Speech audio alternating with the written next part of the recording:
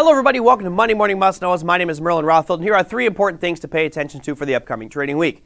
Now you may be asking yourselves, why hasn't he talked about Russia and the Ukraine? Well, that's one of these things that's just going to be kind of looming over the markets for a long time until it's resolved. So I didn't really want to pinpoint a specific day to go over that data. Be careful, one day it's going to be war, next day it's going to be peace, who knows? I think we're all hoping for a peaceful resolution to it, but it could put more volatility into our marketplace, which we've seen over the past couple weeks. So let's start things off with something that I can tell you is definitively going to happen, and that is earnings. Yes, we're near the tail end, but we do have quite a few companies reporting earnings. 894 companies reporting this week. We start things off on Monday with Lucid Motors. That's right, the EV electric vehicle darling that everyone's raving about. Price chart hasn't looked that great recently, but they report earnings on Monday. Tuesday brings you Home Depot, Macy's, Palo Alto Networks, Medtronic, and Transocean Energy. Wednesday, you've got Chesapeake Energy, Lowe's, Network Appliances, TJ Maxx, eBay, and Hertz. Thursday, you've got Alibaba, who will finally, hopefully, finish reporting because it's been weeks since we've talked about them reporting, and they still haven't done it. We've got Square, Etsy, and Dell. And then Friday, a couple big names. We've got Cronus, which is in the cannabis industry, Budweiser, of course, Anheuser-Busch, Berkshire Hathaway, and Foot Locker. Convenient that we have a cannabis company and an alcohol company reporting on the same day.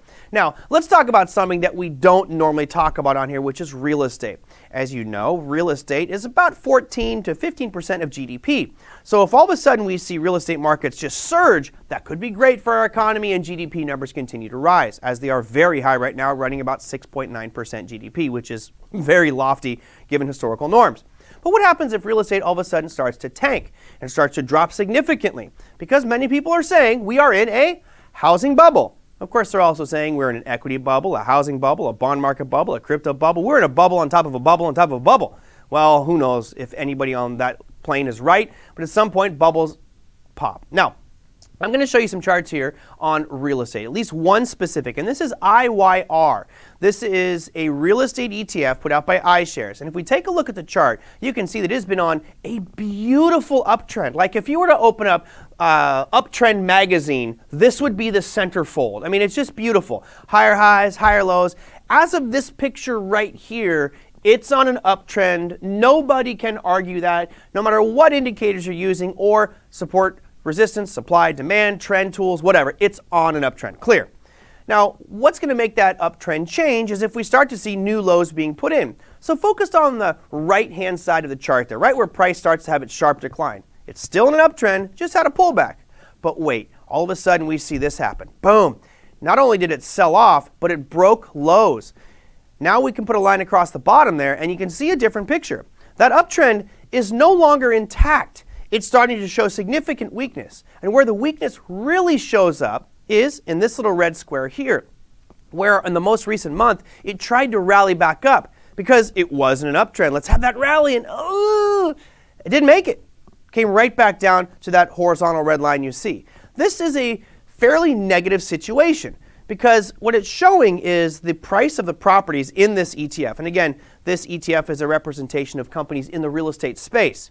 But if those companies are falling out of favor, as the price is reflecting right here, that means that real estate as a sector might see more downside movement if certain conditions are met. This is definitely not financial advice. We're not saying short the market. It's just saying be careful here because as we can see right now, price has dropped and is sitting right on that red line. Now, why might that be occurring? Well, if we take a look at the mortgage rates, here we have the 30-year fixed rate mortgage, the 15-year fixed rate, and the 5-year adjustable rate mortgage. You can see going back to the left-hand side of the chart here, we go to March of 2021, and prices were still going down. We were getting cheaper and cheaper mortgages. That top line, which represents the 30-year fixed rate mortgage in purple there, drifting down below 3%. Imagine getting a 30-year fixed rate mortgage for under 3%. It was possible, and people were locking those in. But wait, something happened to mid to late 2021 that all of a sudden caused those rates to rise significantly. We've gone from under 3% on the 30-year to over 3.92 as of the recording of this. Now, why is this so important? Because as the price of mortgages rise, the ability for people to make mortgage payments declines, meaning it could potentially price people out of the market. Let's say, for example, you found yourself your dream home in Newport Beach, California, $1.5 million for a one-bedroom condo in Southern California. Now, you found this place, you love it. You got to come up with 20% down, right? All right, $300,000 cash, there's my down payment. which means I now need to go get a loan for $1.2 million. Okay, let's say I qualify. I've got some money in the bank, this data here, everything looks good, and I qualify for a $1.2 million loan at 2.8%. Well, let's say it took a while, and all of a sudden now I finally finish, and I get locked in at 3.9. That 1 full percentage point could increase my monthly payments so much that I now put myself in a precarious position as a property purchaser, and I may actually back out of the deal because I can no longer make those payments. Now, if trends are your friend until the bend at the end, and looking at this chart, we're seeing prices go up higher and higher and higher. Does that mean we're going to see the 16% 30-year fixed rate mortgages like we did in the 1980s? Probably not. But these are historically low levels. What if we got to 5%? 6%, 7%. If we did, then that chart of IYR that we saw is going to break that little red line and most likely seek out the next area of demand, which could be significantly lower than where we are at right now. Now, for the grand scheme of things, yes, this is Monday Morning Must-Knows. And is that an actionable item for this week? Well, probably not. But it's something to keep an eye on because if that level breaks, more people will be following, maybe even shorting IYR. All right, I went way too long on that one. Let's talk about Core PCE Price Index, which is the best measure of inflation that the Fed looks at. We talked about CPI and PPI in this program, but the Fed said, nope, we don't want to hear that. We're focusing on Core PCE Price Index. And if you look at this chart, you can see historically, going all the way back into 2014, we have not really broken above this horizontal red line until mid-2021.